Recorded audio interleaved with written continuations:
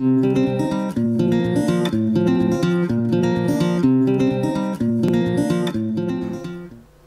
à tous, je m'appelle Philippe Lepeau, je suis le directeur général de Imara, société luxembourgeoise spécialisée en solutions informatiques pour les PME. Parce que aujourd'hui, la protection de l'information, ce n'est plus la problématique des banques, c'est la problématique de tout le monde.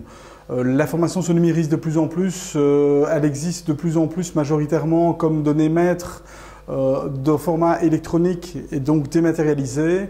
Et c'est pourquoi nous avons utilisé toute notre expérience acquise dans le monde des personnes qui ont le plus d'expérience en matière de protection de l'information pour traduire ça en moyens pragmatiques à destination des PME. Aujourd'hui, je vais vous parler de protection d'information dans un cadre particulier qui est l'intelligence économique ou l'intelligence stratégique, c'est-à-dire doter votre organisation de moyens et de capacités qui vont permettre de surveiller vos concurrents et de vous faire connaître sur le marché et d'influencer votre marché de manière à prendre une place prépondérante sur votre marché de référence. Quand on parle d'intelligence économique ou intelligence stratégique, on parle de trois aspects. On parle de veille et de collecte d'informations. Je vous invite à consulter la vidéo de Marc-Alexandre Legrain qui va aborder et détailler ce point de veille. On parle également de notoriété et d'influence, c'est-à-dire comment vais-je communiquer vis-à-vis du marché, comment vais-je influencer mon marché pour prendre des décisions de manière à favoriser mes actions commerciales et mon développement. Pour ça, je vous invite à consulter la vidéo de Philippe Ledan qui va aborder ce point-là. Aujourd'hui, je vais me concentrer sur la protection de l'information. Pourquoi parler de protection de l'information? Eh bien parce qu'aujourd'hui, l'information au sens large, pas uniquement les systèmes informatiques et ce qu'on y stocke, l'information au sens large, c'est un capital pour la société. C'est ce que vous savez, c'est tout ce que vous avez appris depuis plusieurs années, vos listes clients, vos processus, vos manières de faire, vos employés, vos fournisseurs, vos listes d'articles, comment vous créez un produit, tout ça représente un capital considérable qui aujourd'hui n'est paradoxalement pas valorisé financièrement dans vos états financiers, mais c'est un point important qu'aucun dirigeant ne peut se permettre d'ignorer. Donc, quels sont les enjeux? Eh bien, on va parler d'enjeux principalement financiers, d'enjeux de réputation, d'enjeux légaux. Cette information se gère, ça reste quelque chose de très très important pour vous. Il est donc important de pouvoir gérer ceci comme vous géreriez un atelier de production. C'est vraiment un actif de votre entreprise. Quand on parle de protection d'information, en fait, il faut distinguer, la protection de l'information, c'est quelque chose de global en fait. Donc c'est vraiment protéger cette information du moment où elle est créée jusqu'au moment où elle est détruite en passant par sa consultation et sa modification. Une information, c'est un cycle de vie, ça naît, ça vit et ça meurt. Et donc quand on parle de protection de l'information, c'est vraiment tous les mécanismes qui vont permettre de garantir une gestion optimale de cette information, incluant les moyens technologiques et les moyens d'organisation. Donc, la protection de l'information, c'est une démarche consciente qui vise à protéger au sein de l'entreprise tout ce qui vaut la peine d'être protégé en matière d'information et de données. Ceci tant au niveau de l'information elle-même que des supports. Donc cette démarche implique un système de gestion, un certain nombre de moyens, une analyse des risques, des acteurs, des rôles et des responsabilités, et bien évidemment un programme de réduction des risques. Il est bien évidemment important qu'une fois qu'on a identifié un risque pour un type d'information, il faut pouvoir gérer ce risque, adresser ce risque, soit vivre avec, soit le réduire. Voilà, ça c'est vraiment quelque chose d'important. La protection de l'information, c'est vraiment une démarche globale, consciente, c'est-à-dire de prendre conscience des risques, conscience de gestion de cet actif et de mettre en place toutes les actions qui vont permettre de gérer cet actif correctement, comment gérer n'importe quel actif dans une entreprise. Je voudrais également profiter de cette introduction pour faire peut-être une différence entre sécurité de l'information et sécurité informatique. Donc la sécurité informatique, c'est tous les moyens technologiques qui vont permettre d'assurer la protection de l'information. Donc la sécurité informatique, c'est un composant de la protection de l'information, mais ce n'est pas la protection de l'information en elle-même. Il faut avoir une bonne sécurité informatique pour une bonne protection de l'information, mais le point de départ et l'image globale, c'est vraiment la protection de l'information. Donc, voilà pour le cadre de la vidéo du jour. En fin de compte, quels sont les objectifs de la protection de l'information? Pourquoi protéger cette information? Comment? On parle de quoi? La première chose à faire en matière de protection de l'information, c'est de réaliser un cadastre. C'est-à-dire, en fin de compte, qu'y a-t-il à protéger? Mes emails, mes fichiers, mes états comptables, l'information, dans le cas qui nous occupe aujourd'hui, l'information sur mes concurrents, ce que j'ai conclu de mon marché, ce que j'ai collecté comme information, ce que je souhaite communiquer, ce que j'ai appris. Tout ça représente des catégories d'informations et donc le cadastre va viser à découper tout votre patrimoine informationnel en différentes cases. C'est-à-dire, en fin de compte, chaque case a ses propres caractéristiques. Je vais prendre un exemple. La liste de vos concurrents que vous avez difficilement, durement collectés, leur part de marché, leurs forces, leurs faiblesses.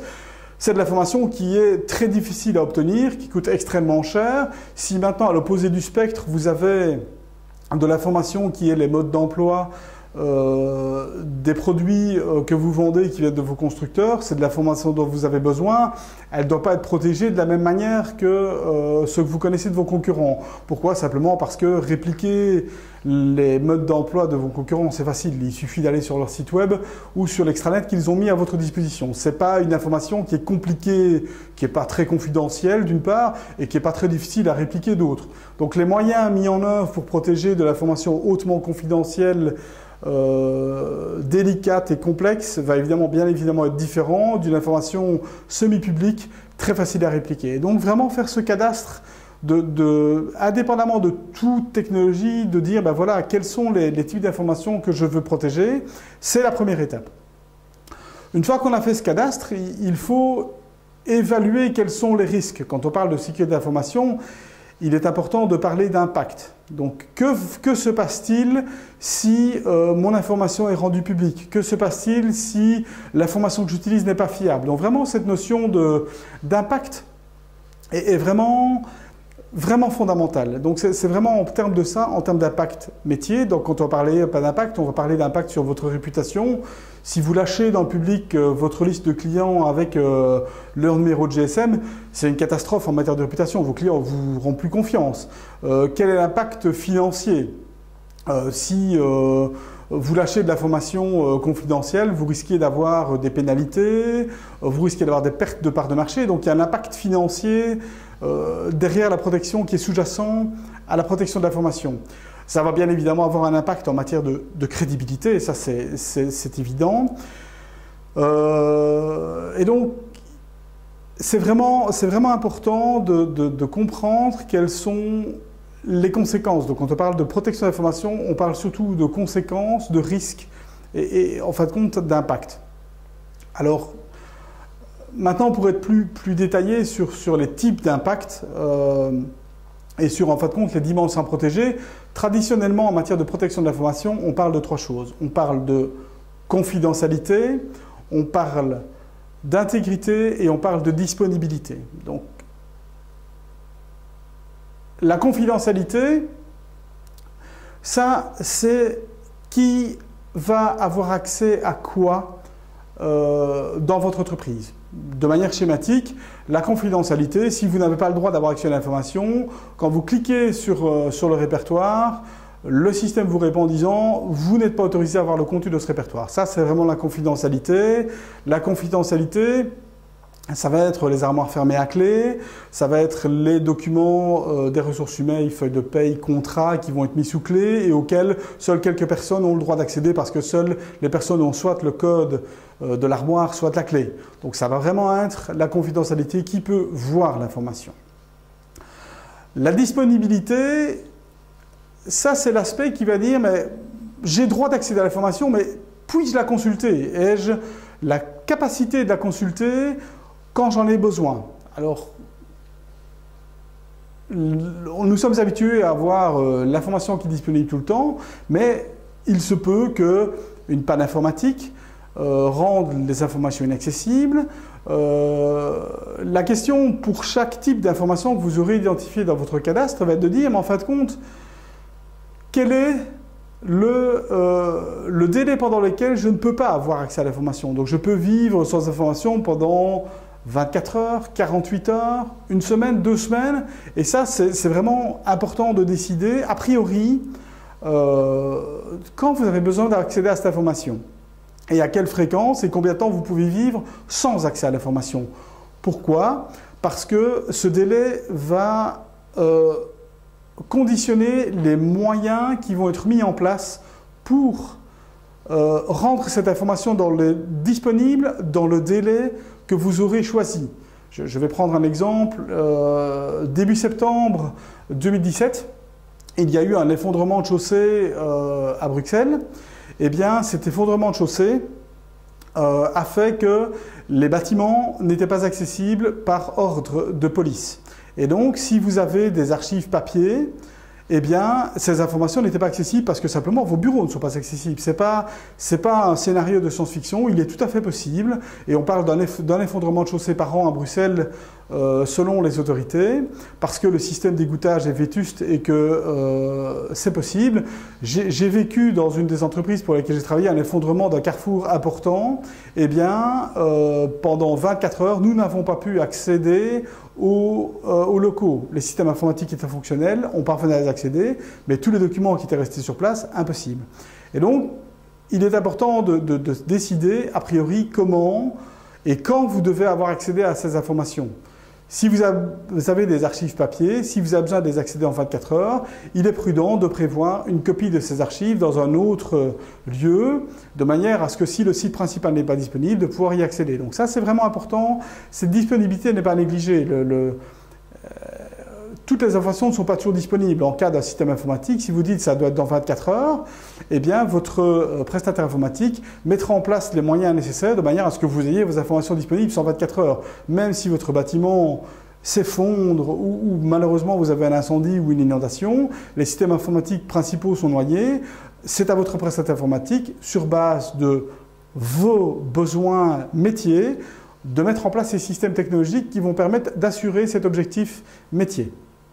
Donc là, on arrive à un point important, c'est vraiment vous qui êtes aux commandes de votre protection de l'information, ce n'est pas un problème technique. Le troisième point, c'est l'intégrité. Alors l'intégrité, c'est quoi? L'intégrité, c'est avoir la possibilité d'être certain que l'information qu'on utilise, elle est correcte. C'est-à-dire que vous avez mis en place les moyens de manière à ce que tout un chacun ne puisse pas modifier l'information. Il y a des personnes qui peuvent la consulter et il y a des personnes qui peuvent la modifier. Ces deux groupes de personnes sont potentiellement différents. Imaginons que vous avez un fichier dans lequel vous enregistrez l'évolution des parts de marché de vos différents concurrents. Il est tout à fait fondamental, dans le cadre de l'intelligence stratégique, d'être absolument certain que cette information est fiable. Si vous communiquez sur un de vos concurrents en disant « mais voilà, le concurrent X a 20% de parts de marché et cette information n'est pas intègre, en fait compte, c'est pas 40%, c'est 20% parce que quelqu'un a malencontreusement modifié le fichier, il n'y était pas autorisé », c'est une catastrophe de réputation pour vous. Vous allez communiquer une information totalement incorrecte au marché. Et donc vraiment, cette intégrité, c'est la capacité d'être certain que l'information que vous consultez et sur laquelle vous basez vos décisions est fiable. Ça, c'est vraiment tout à fait indispensable. Le processus étant, je modifie mon information, je consulte mon information et je prends une décision. Si dans la phase de modification de l'information, quelque chose se passe mal, le reste de la chaîne va être impacté avec des décisions et des conséquences potentiellement importantes. Donc ces trois aspects, confidentialité, intégrité, disponibilité, ce sont vraiment les trois aspects principaux sur lesquels vous devez travailler. Ce ne sont pas les seuls. Plus l'information de l'entreprise se numérise, il y a d'autres aspects secondaires qui se rajoutent à ces trois piliers confidentialité, intégrité, disponibilité. Alors, le premier, c'est l'auditabilité. Donc, l'auditabilité, ça veut dire quoi? Ça veut dire que vous êtes capable de retracer l'historique d'une information, c'est-à-dire de savoir quand elle est modifiée, par qui, pourquoi. Avant, on avait des copies papier, des archives papier, et on pouvait toujours aller retracer en papier ce qui s'était passé. Aujourd'hui, vous modifiez un document Word, si vous n'activez pas les bonnes fonctions, bah vous avez la version du jour par rapport à hier, vous ne savez plus ce qui a été modifié. Le fichier d'hier, il est perdu. Et donc, si effectivement il est important pour une information de pouvoir retracer, il est important de mettre en place des moyens qui vont permettre d'auditer quand une information est modifiée, pourquoi et par qui. Le point qui est lié à l'auditabilité, c'est la non-répudiation, c'est-à-dire de pouvoir, une information est modifiée par une personne ou par un système informatique, peu importe, mais elle est modifiée par un événement. Il est important que vous puissiez assurer que la personne qui a modifié le système ne puisse pas dire « mais non, mais c'est pas moi, moi j'ai pas modifié ». Non, non, ça c'est vraiment dire « non, non, Jean, c'est toi qui as modifié l'information et on veut comprendre pourquoi tu as modifié cette information, pourquoi tu passais les parts de marché du concurrent X de 40 à 20%. » Donc ça c'est vraiment pouvoir assurer que l'information est correcte, de pouvoir retracer quand elle a été modifiée, pourquoi, par qui, et que cette personne ne puisse pas dire « ah, c'est pas moi ». Pas moi qui fais ça. Donc ça, c'est vraiment cette notion de non-répudiation est important. Un exemple, c'est par exemple en matière de transactions bancaires. Il y a une non-répudiation. Une fois que vous avez payé avec votre carte bancaire et votre code secret, vous pouvez plus dire, et ça c'est l'accord qu'il y a avec la banque, de dire « mais non, mais c'est pas moi. Vous avez la carte, vous avez le code secret qui est censé être secret, et donc vous pouvez dire « non, c'est pas moi qui fais la transaction ». Donc ça, c'est vraiment cette notion de non-répudiation. Le dernier point qui est la base fondamentale de cette non-répudiation, c'est de pouvoir authentifier les utilisateurs.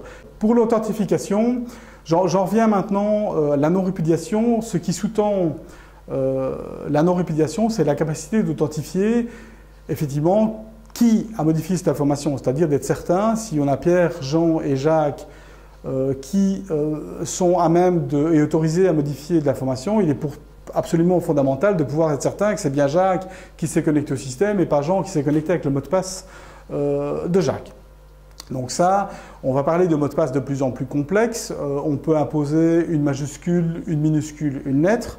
On peut imposer minuscule, majuscule, chiffre minimum 10 caractères. On peut y adjoindre des caractères spéciaux. Pour les informations très sensibles, on peut même encore pousser la sécurité un peu plus loin en disant en fait il faut deux choses. Il faut quelque chose que l'on connaît, ça c'est le mot de passe, mais il faut quelque chose que l'on possède. Donc ça va être par exemple une application sur un téléphone qui va générer un code toutes les minutes et ce code doit être rentré pour se connecter au système. Donc il faut connaître ce mot de passe et il faut disposer du téléphone qui va générer un code unique toutes les minutes. Et donc si on n'a pas le téléphone et le mot de passe, on ne sait pas s'authentifier en tant que Jacques. Donc ça, c'est vraiment quelque chose... il faut être conscient qu'en matière d'authentification, plus les moyens vont être complexes, plus votre personnel va avoir tendance à essayer de contourner l'information. On peut prendre une copie du fichier Excel, par exemple. En fait, en disant c'est tellement compliqué de se connecter, en fait, quand je vais en prendre une copie sur mon clé USB, je vais la ramener chez moi et je travaillerai le soir sur mon PC personnel parce que vraiment, le PC de l'entreprise, c'est très compliqué. Donc, il faut être conscient que les moyens mis en œuvre pour authentifier les personnes et protéger l'information doivent être en regard avec l'information protégée et que ces moyens soient bien compris. Donc la protection de l'information, c'est quelque chose de global. On en revient à savoir, en fin de compte, la confidentialité, qui a le droit de consulter l'information, la disponibilité, quand dois-je avoir accès à mon information, et l'intégrité, Comment puis-je être certain que l'information sur laquelle je base mon information et mes décisions sont correctes? Donc ça, c'est les 3 points. On a parlé également d'auditabilité, donc je suis capable de retracer la modification et l'historique de mon information, de nos répudiations. Je suis certain de qui a fait les modifications de l'information à quel moment, et finalement d'authentifier. Et donc ça vaut pour l'information électronique, mais ça vaut également pour l'information papier. Donc la protection de l'information, c'est quelque chose de global. Je vais prendre l'exemple, j'ai travaillé pour une société pour laquelle la protection de l'information était vraiment absolument fondamentale. Ils avaient une sécurité informatique qui était du dernier cri.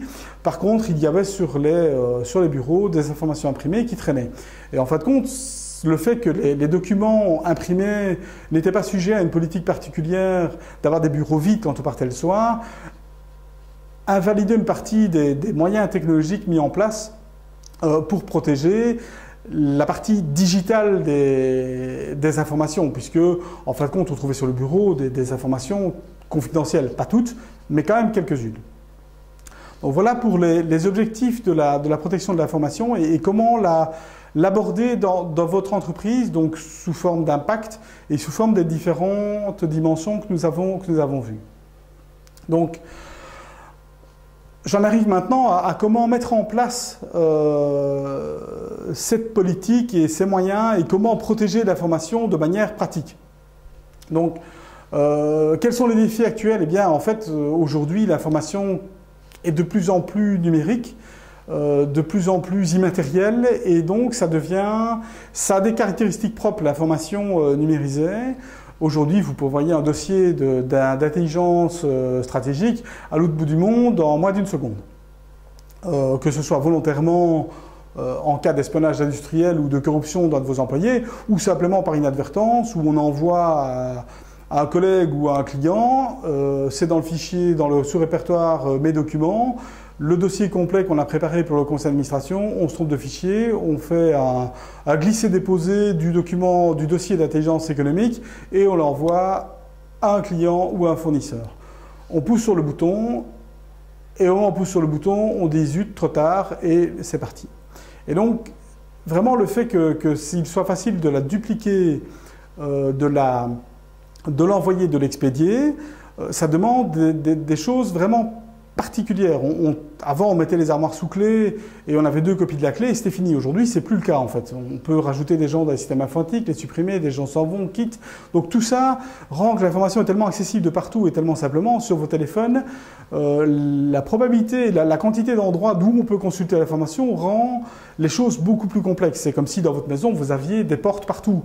Vous n'avez plus une porte d'entrée, vous pouvez rentrer de partout en fait. Et donc, vous devez avoir des mesures de protection à chaque porte qui sont pertinentes. Sans bien entendu vous priver des bénéfices de cette capacité de consulter de l'information partout. C'est un avantage considérable de pouvoir consulter le dernier dossier de leur dernier rapport où vous soyez sur la planète 24 heures sur 24. C'est un avantage concurrentiel terrible. Il faut le gérer correctement. Donc, quand on va parler maintenant de moyens de mise en œuvre, il y a 2 grandes catégories. Il y a la technologie d'une part et il y a l'organisation.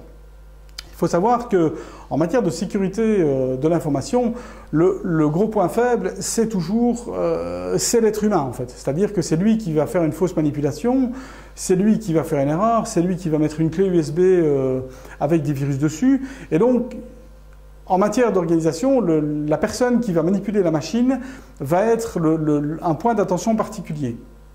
La plupart des problèmes informatiques ont une origine humaine à la base. Donc vraiment, c'est important, je parle pas c'est important de former, d'informer, de donner des consignes et d'avoir un cadre dans lequel l'information et les outils qui sont à disposition de votre personnel soient correctement expliquer et d'avoir vraiment ce côté organisationnel où la direction prend en charge et de ne pas déléguer ça au service informatique. Donc quand on parle d'organisation, on va parler de quoi? On va parler d'organisation, donc on va parler de formation, d'organiser des formations à la protection de l'information, conscientiser des risques, donner des petits trucs simples, je pense... Voilà, je pense qu'un des points, une des choses qui se développe très fort maintenant, c'est ce qu'on appelle l'ingénierie sociale. C'est-à-dire qu'on se fait passer pour vous au téléphone et on vous fait divulguer de l'information. Puisque les systèmes d'information, les systèmes informatiques sont devenus tellement sécurisés, en fin de compte, autant s'attaquer au maillon le plus faible, c'est-à-dire l'être humain. On travaille pour un client, j'ai un de mes collaborateurs qui a appelé une société à Paris. Il n'a pas expliqué, il a expliqué très brièvement qui il était, mais moi j'ai écouté la conversation téléphonique, on ne savait absolument pas l'authentifier à coup sûr. Je veux dire, ça aurait pu être Pierre, Paul ou Jacques qui a dit bonjour, je m'appelle Jean Dupont, j'interviens sur la base du nom de la directrice financière qui est publiée sur Internet, et la personne a donné accès au PC. Et donc, sans aucun contrôle. Donc vraiment, le fait de former et d'expliquer quels sont les points et les risques liés, quelles sont les méthodes utilisées, les choses à faire, à pas faire, de donner des consignes régulières, de dire attention, ça ne faites pas, n'envoyez pas des dossiers comme ça par mail, utilisez telle méthode, c'est important. Ne mettez pas sur WeTransfer, qui est un moyen de partager de l'information relativement simple, des dossiers confidentiels. Ça, c'est vraiment important. On va également parler de mettre en place une charte d'utilisation de l'outil informatique. Ça veut dire quoi? Ça veut dire que ça va détailler tous les moyens informatiques, comment les utiliser, quelles sont les bonnes pratiques, et chaque personne devra le comprendre, et ce sera en fait une annexe au contrat de travail où les personnes vont s'engager. Donc la charte informatique, c'est un document qui a valeur juridique, dans laquelle les personnes s'engagent à respecter les prescriptions que la direction a mis en place pour protéger son information. Et donc, c'est un moyen qui est tant défensif si jamais ça tourne mal, mais également un moyen de conscientiser en expliquant les choses. Point également important, la formation, elle doit être régulière. Donc, il ne s'agit pas de faire une grosse formation pendant 2 jours à votre personnel. Il s'agit d'y aller par petites doses et par doses régulières. Pourquoi? D'abord parce que la formation sera beaucoup plus facilement assimilée, mais également parce que les choses évoluent. Les problèmes de sécurité aujourd'hui ne sont pas les mêmes que ceux qu'ils y étaient il y a 2 ans. Donc, ça doit vraiment être une information qui est régulière. Finalement, deuxième point, la technologie. Donc, on parle de technologie, ça va être de vous adjoindre un prestataire informatique qui va comprendre votre métier, comprendre quelles sont vos contraintes, comprendre quelle est votre culture d'entreprise et qui va être à même de vous conseiller et de mettre en place des moyens pertinents, sûrs, pour atteindre vos objectifs que vous aurez définis pour protéger votre information. Mais également peut-être de dire, écoutez, cette information-là, je pense qu'elle est tellement sensible que si j'étais vous, voilà, je la garderai en papier. Je veux dire, ça peut paraître absurde au 3e millénaire. Sachez simplement que même l'armée russe, en fait, pour les documents hautement confidentiels, rien n'est numérisé. Ils utilisent toujours des machines à écrire, parce qu'avec une machine à écrire, elle n'enregistre rien et on est certain qu'il n'y a qu'une seule copie de l'information. Et donc, c'est très paradoxal, mais c'est un moyen comme un autre, en fait. Donc, il faut vraiment avoir ce partenaire qui va comprendre l'environnement dans lequel vous évoluez, ce que vous souhaitez protéger, ce que vous souhaitez accéder quand, et vraiment mettre les bons moyens au bon moment et vous accompagner dans la mise en place. Parce que les moyens technologiques sont des changements à gérer, vous aurez de la résistance, et donc avoir un partenaire qui va comprendre votre culture d'entreprise et comment faire passer votre entreprise d'aujourd'hui à demain avec une plus grande agilité en matière d'information, une intelligence économique supérieure à la moyenne, ça ne va pas se faire tout seul. Et donc vraiment, vous et ce partenaire informatique vont former une équipe qui vont permettre d'atteindre vos objectifs. Et alors, on a parlé des défis, on a parlé des moyens technologiques et organisationnels. Il y a bien évidemment un moyen qui est important et qui est partie intégrante de la mise en place, c'est le contrôle. Vous décidez de moyens, vous avez une charte, vous avez des formations, vous avez des consignes, vous avez des firewalls. Nous mettons en place des systèmes comme par exemple EZ-Note32 pour surveiller le trafic Internet et les antivirus. Parmi les consignes des collaborateurs que nous donnons, c'est simplement que les collaborateurs puissent avertir quand ils ont une alerte de sécurité de EZ. si personne ne dit rien, on ne sait pas agir. Et donc vraiment, c'est important d'avoir ces consignes. Et donc le contrôle, ça va être de vérifier que tout ce que vous avez mis en place en matière technologique et organisationnelle, permet d'atteindre les objectifs fixés, et deuxièmement, est correctement mis en place et utilisé. Donc vraiment, là, on va parler d'un contrôle régulier de la direction, mais on va également parler d'un audit, c'est-à-dire de vous adjoindre un cabinet d'audit neutre qui va venir regarder les moyens technologiques mis en place et qui va poser un jugement neutre sur les moyens technologiques mis en place en fonction des objectifs que vous aurez définis. Et donc cette personne va être capable de regarder vos objectifs, les moyens mis en place et dire bah oui, ils sont pertinents, ou ils ne sont pas pertinents, ou ils sont plus pertinents.